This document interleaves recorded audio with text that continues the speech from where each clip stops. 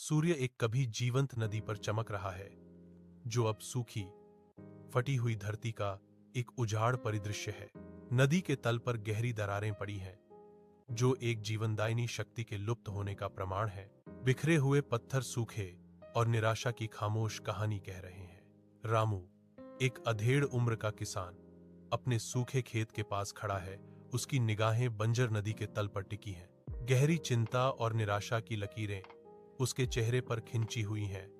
फिर भी उसकी आंखों में दृढ़ संकल्प की एक चमक बाकी है। यह वही नदी है जो कभी इस गांव की जीवन धारा थी।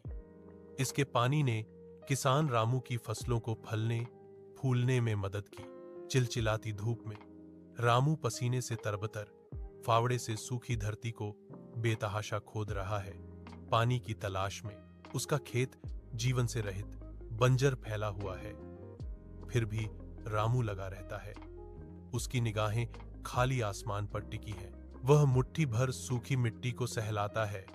उसकी धूल उसकी उंगलियों से छनकर निकलती है, जो उसके संघर्ष का प्रतीक है। वीरानी के बावजूद रामू के होंठों पर एक दृढ़ मुस्कान खिल उठती है, जो उसकी अटूट आशा का प्रमाण है।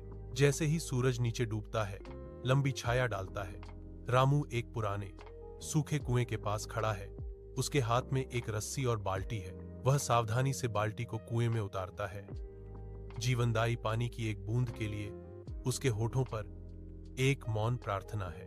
कई प्रयासों के बाद बाल्टी एक कीमती थोड़ी मात्रा में पानी लेकर निकलती है। वह एक छोटे मुरझाते पौधे पर सावधानी से पानी डालता है, जो उसकी अटूट देखभाल का प्रमाण है। पौधा, जो कभी मुरझा गया था, अब चमकीले हरे रंग का संकेत दिखा रहा है।